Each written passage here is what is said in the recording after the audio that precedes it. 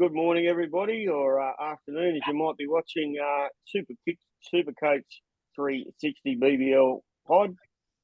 This morning with us, we've got Burgs, we've got Rossco, and me, Barado. Round one is done and dusted. Rossco, how'd you go round one? What bit you in the arse?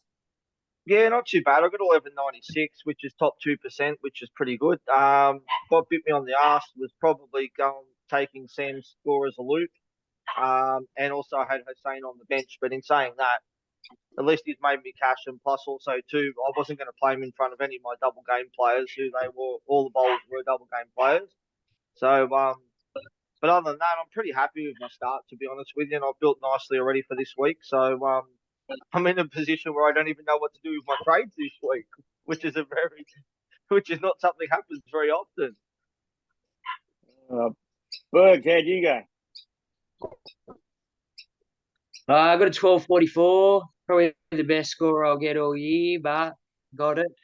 But yeah, I'm sort of in the same boat, Roscoe. I know I need to move on, people, to progress, but who do I go? I'm thinking of even getting rid of Short just for his 200 grand, and I can do so much with it.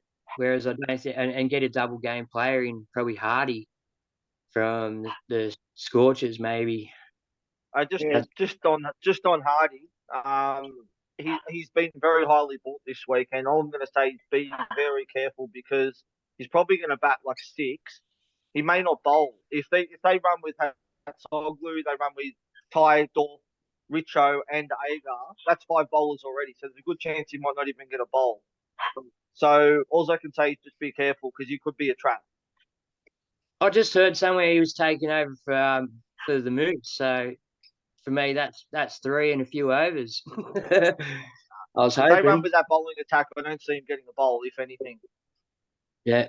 What about you, brother? How'd you go this week, mate? Yeah, I got 12.73, so up in the Nice. 1% mark, but yeah, had a few little wins there, but of course, what bit me in the arse was the old Stoino. Yeah, having him on the field, all that shit me. And Rashid not getting a bowl in the second innings, in his the second game, of course, and I had captain Rashid, so which I think Burgs also captain Rashid, but pretty happy, and probably one of my happiest things is that in a nice dollar head-to-head game with Adrianosaurus Rex, I beat him. So there you go, Adrian. Bad luck, mate. Yeah, I want to have a rant. I don't rant often, and I'm going to take Burgs' segment from the NRL rant. But mate, Stoinis, like, what the? You know what? Like, why would you play a bloke if he's not going to field and he's not going to bowl? If he's not well, don't play him.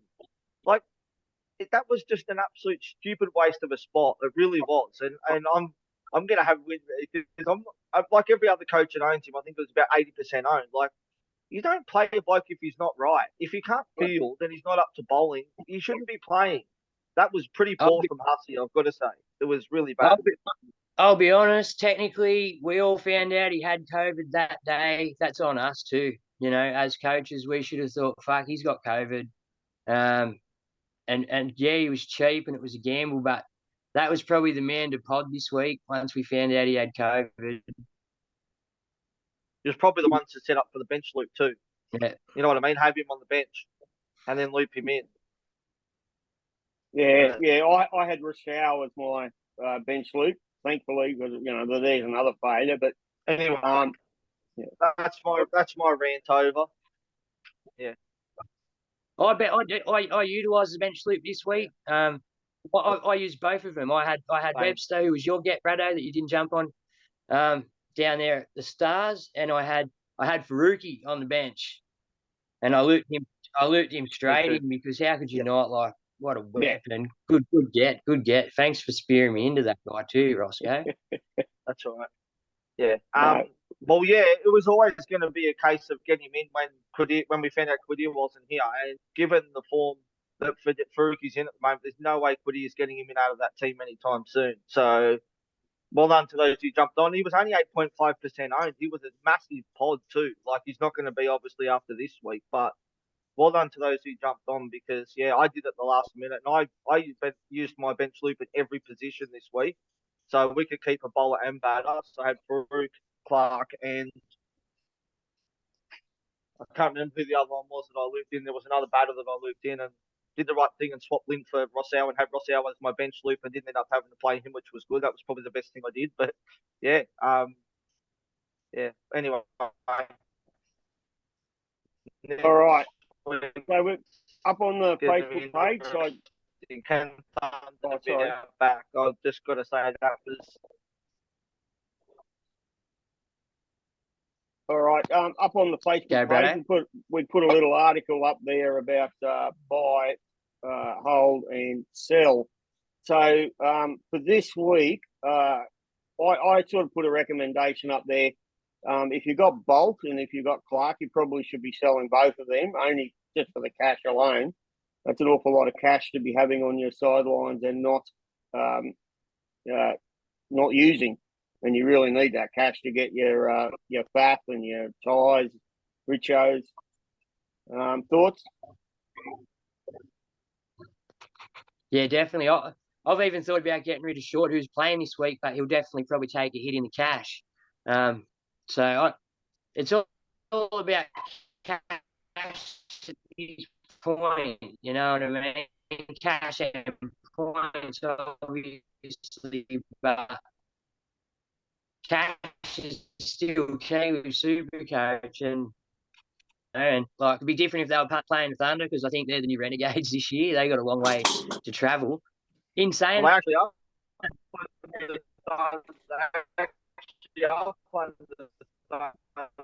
again this week, Burgs. They are really. Yeah, they are. What do you do? See, for me, I'm not trusting any of my Thunder players now. I'm even thinking about moving on that route, Rosso or whatever his name is, Riley. Just because he showed nothing. He gave nothing. Yeah. He's the Rocks and Diamonds player, as I said on the pod last week, but he's bound to come good. But realistically, the only Thunder player that should be a lock at the moment is Sams and Faruqi, the only two that are must-have for the Thunder. Yeah. But in regards to Clark, yeah, I agree, Brad. I think he probably is one to move on. I mean, I was tempted to keep him as a bench loop for my wicketkeeper position, but I'm tempted this week. But bank the 90K, use that cash to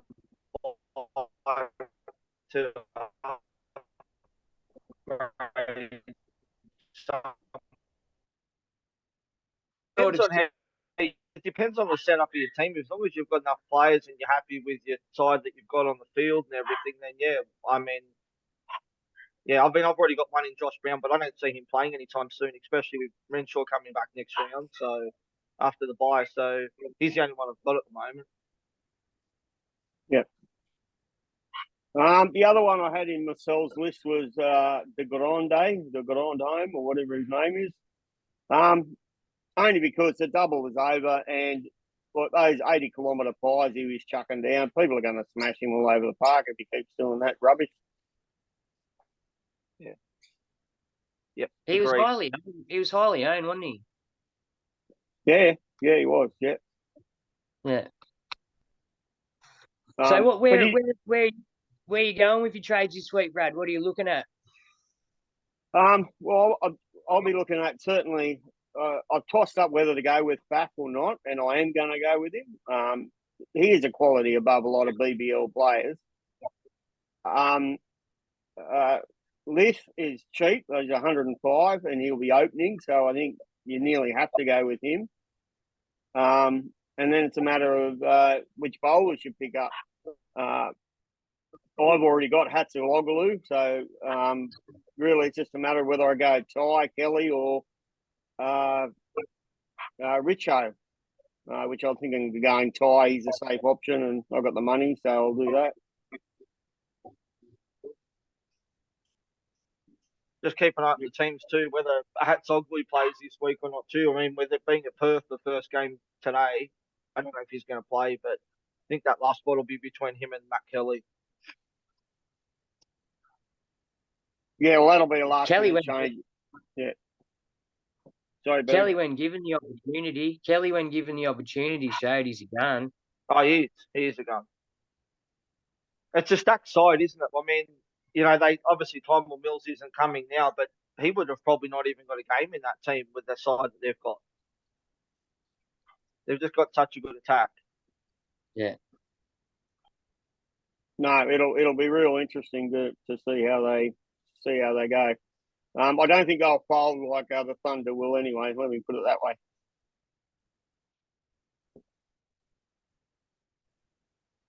I don't think anybody will fold like the Thunder did. Quickly, do you jump on any Thunder players at the moment? Like, would you bring one in, or no? Would you sell one out? Like batter? If you didn't have Faruqi, I'd be definitely bringing him in, 100%, Yeah. no doubt about it. He's one you've got to have.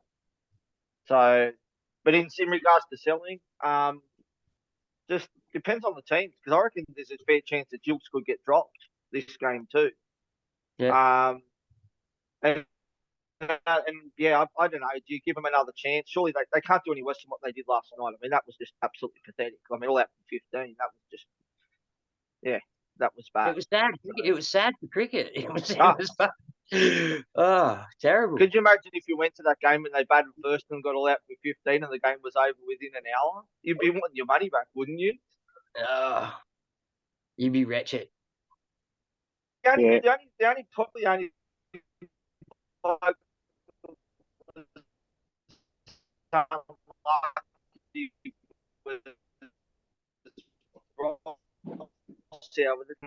I'm glad I support the other Sydney team. That's all I can say, because that was embarrassing. Yeah, me too. I don't know, Burgs. It's hard. Can they bounce back? I don't know. Hale to sell. I don't know. It's just the risk you've got to take. Yeah.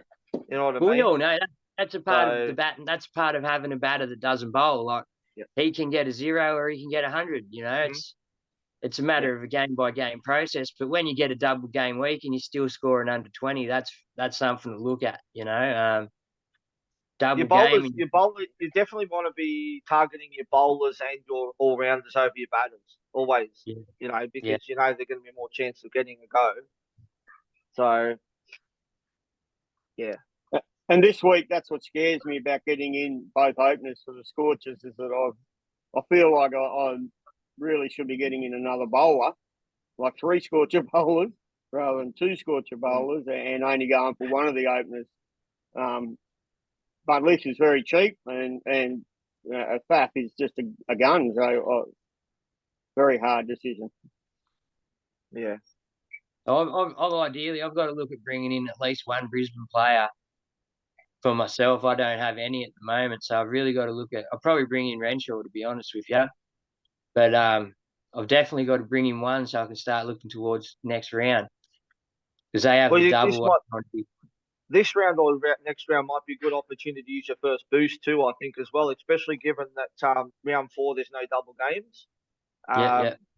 So I'd probably be tempted to nearly boost this round or next round just to get your side set up for round 4, for round 5 for the next double. So, but yeah, you'd probably definitely want to be having at least, maybe at least 1 or 2 heat players in your team already for this round, even though they're not playing. You need to be, 1 to 2 rounds ahead every single week, so you're not wasting your trades, and you got your side set and ready to go. Yeah, I will be boosting next week, but I don't have any Brisbane players at the moment apart from Brown. But I'm not overly impressed too. I mean, there's not a lot there to be choosing from at the moment. Billings and Swepson are 2 that I think I'll definitely be whacking straight in. But do I have enough faith in 5 players from Brisbane? Possibly not. I think 4 is going to pull me up there. And as we saw this week, 4, if you had the right 4 Thunder players, that's all you really needed. You didn't need any more than 4 players because, they bit you in the bum. If you went with, I'd seen teams that had 6 and 7 Thunder players. Well, Christ, they would have gone bad.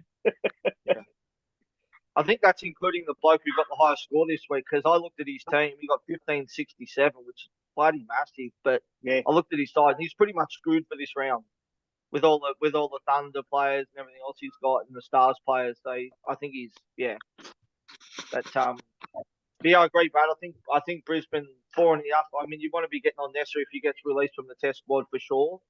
And I think Renshaw, depending on the bowling attack, is probably worth getting into. I think he's going to bat probably 3 and he could bowl a couple overs, possibly 2. Yeah. Have you heard of anybody? That all depends also too whether they both play Kuhneman and Swepson, because if both of them play, I wouldn't be going near Renshaw because I don't think he'll get a bowl. Yeah. Did anybody know of anyone that had Thornton? Hey, how good would that have been to pick him up? Con had him. Yeah? Yeah. Good on you, Con. Con. Well done, Con. Yeah. 0.1% of captains put the VC on him, and I did see someone who had who captained him, who lip captained him in. So 520 points, good effort. Yeah. So No, that's sensational effort, that is. I had a look at him, but for me, I couldn't pay the price because he was 100. Was he 180 or something, Brad? I think something along those lines. 160. I think high 160s. Yeah, I think it was 167 or something. And he's 199 now, and I've got a feeling a lot of people are going to jump on him, which is probably not the right move given that they don't have a double now, but they do play Thunder again. He might not see a second over, but he might not see a second over. That's what worries me about still owning Rashid. He might not get a bowl again this game. Oh, surely he opens. Surely he opens the bowl game. Maybe they should open the bowling with some of their batters or something like that. Give them a bit of a chance. Yeah, it's terrible. I'll quickly mention 2 other teams. The first one we'll mention is the Hobart. We've had our first look at Hobart. I'm not really convinced with their lineup. What are your thoughts there, Rossco? Yeah, I don't see that batting order changing. I thought Shadab coming in at 4 was a bit strange, and he really didn't show much, to be honest with you, at all. Even Tim David, he came in obviously early after they lost a couple of wickets, and he didn't look good out there at all. He was really struggling. And Darcy Short struggled. Matt Wade got going, but he got 35 off 35, so he wasn't going great guns. And even McDermott, there's not really much there to like about the Hurricanes this year. I mean, they've got a good team, but even Meredith, his bowling was ordinary. He got smacked around the park a fair bit yesterday too. I'm not really convinced by any of them, Brad. I mean, do you feel the same? Yeah, I am. I thought Short was a bit out of form and McDermott horribly out of form coming in anyway. But yeah, Short opening. I know he used to open. I just think they played around with it too much. I'm not sure. I'm convinced that that's the best lineup for them. And Jimmy probably came in too late. It was a bit all over the shop. The other team, McDermott. Sorry, Brad. McDermott was bloody highly owned too, as well, and he was 200 and something K. He was over 20% owned. Yeah, he's the second most popular captain. Yeah. Crazy. And then Fruit was only 8.5% owned, and he was a dead pot. I know. I didn't call. Yeah. So the second one, Burgs, was the Renegades. Did you catch that game at all? I've seen bits and pieces. I was sort of walking around watching it. Harper, I think couple of podcasts are talking about Harper, and if he opens, he was sort of a bit of a sneaky get. Finch did nothing. He's still back to where he was last year, I think. Looks a bit nervous out there for me. I think it's the pressure of actually having to do good's getting to him a bit. Their bowling attack, who is it? Hossain? Yep. Gun. We'll be looking at. I'll probably look at him in the next couple of weeks. When's their double game? Round 5. Yeah. Probably, provided he doesn't go up too much, I'll get him in. But yeah, at least they look better than last year. The Renegades. They put on some points. They scored well. They were at one point touted to get closer to 200. They were going on a bit of a run. I can't remember the 2 that went on. It was Harper and someone, I think. Madison with his 85 or whatever, 87, his highest BBL score. He did well. I thought he was going to turn up, but commentators got him. Commentators curse strike again. How many? That's struck in every game. Struck in every single game, bro. soon as they said someone hadn't done a boundary, next thing you know, smack for 6.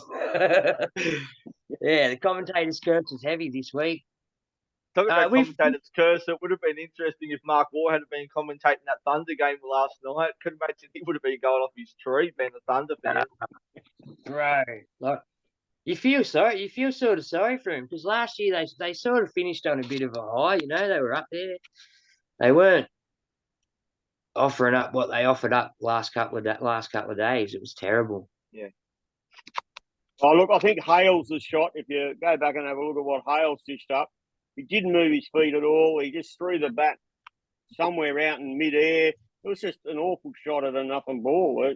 Weren't even bowling that great. I mean, they were, but the nothing shots that him, Sam's, there's another couple of them that did exactly the same, just flung the bat out at the air. They didn't even really have to sling out it the way they did.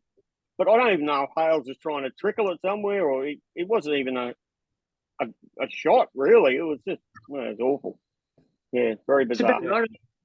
I got Hales in on his World Cup form because I seen him just tonking it round the parks of Australia and garbage. He's offered up garbage. Is it that they don't train there or something? I don't know, but he looked good in the World Cup, which was only fucking 3 weeks ago. It was hard to park up with 2 double games in a row, and then don't forget the fact that he did kill it for the Thunder last year. He was one of the better batters for them last year. So, you know, I mean, he was highly owned. I mean, let's face it, it wasn't the worst move. So, he was highly owned by super coaches. You know what I mean? Yeah. Like it's not like people didn't jump on. It was one of them ones you could have potted. You know. I'm now going to mention a little bit of a hold section. I'm actually going to be holding a couple which people are selling, and one of them is Stoinis and the other one is Zampa. The reason I'm holding both of them is that Zampa has a lot of money to make yet. He's going to make another 40, 50 grand over the next couple of weeks. So if you want that cash, I'd hold him. And Stoinis, well, he's cheap. I mean, you can't buy anybody for the value that he is. He's just shit cheap because he's playing like shit. But he's a perfect batter bowler loop option, so you can swap him from end to end and just use him as a non-playing looper that doesn't cost anything. So yeah, let the listeners think about that one. But I'd be holding both. Thoughts? Yeah, I agree on Stoinis. I don't think he's worth selling at that price. I mean, unless you've got a gun that you can trade him straight to, then there's no point in selling him. You may as well keep him for your bench loop for this week. He's going to come good. We all know what he's capable of. That's the thing. And if he doesn't play this week, so what? He's not going to lose you any cash. Put him on your field, set up your bench loop, and use him as your advantage. He might actually come in handy this week. Yeah. And with Zampa, I agree with you. I do agree with you on that one, Brad. I think he's got plenty of cash to make. He could have 4 wickets yesterday, but obviously the DRS overturned the LBW. But I think he's a proven gun. Captain now. He's got a lot to prove. He wants to be on that tour for India. So he's going to be doing everything he can. So I agree. I think he's definitely a hold. Yeah, well, I'm tossing up holding him and selling Short, who's got a game this week, just because he's at 200k and he can only really come down from there. As long as I plug the whole points, it's a good play. Yeah, I think it is. Yeah, particularly if it's your way to get to Pack, who he is a quality player. There's no doubt. He's a class above a lot of these PBL players. So if that's your way to get to him, then yeah, I'd probably go with that. Yeah, 100%. But question, Brad, like he's 180k. He hasn't played any cricket for how long? It's been a while since he's played any cricket. Is he worth? Do you think he's worth paying the money for? Is it worth leaving him out? It's probably yeah. Yeah. God, yeah. It's just a lot of money to pay for just a batter. Yeah. Yeah. But I said the same thing about Bolt. Look what he did. So, yeah. Hey, he lost a couple of grand still. He didn't quite make break even. He didn't lose by much, but yeah, he still lost a little bit. All right, so guys, any last thoughts that we have? Who's captain choice for the week? Round. At the moment, my VC, depending if I get Faf, might go on him, but at the moment it's on Ty. And the captains, I don't know yet. I haven't decided who the C's going to go on yet. It might be Faruqi. I'm not sure yet. I'm looking at Faruqi. I'll be honest. I'm looking at Faruqi, but it's length of game that worries me about captain and someone in the Thunder. Yeah, Brad? I'm gonna probably I'm looking at having the vice captain on a scorcher. So the vice captain probably either will go to Ty or to Faf, if I play him. And beyond that, I'll then go on to Sam. So I think regardless of if how shit the Thunder are going, I think Sam's will always produce you a 50-60 sort of result out of both games. So I think it's a safe option for a captain. You, Rossco? I just said mine. I'm going. Yeah. So yeah, be the Faf or Ty. If I don't buy Faf, it'll be Ty into probably Faruqi. Right. Yeah. All right, guys. Well, that's about it. Good luck to all our super coaches. Don't forget, we do have a super coach hopefully coming up. Our next one on Tuesday, where we might have a special guest on to sort of entertain us. So until next time, good luck, super coaches. I hope it was an interesting round one for you. Don't get too despondent if you went like shit the first round, because super coaches like that, you can bounce back pretty damn quick. All right? Yeah. Good luck, And you can everyone. go the other All way. right, guys. See you later. Peace.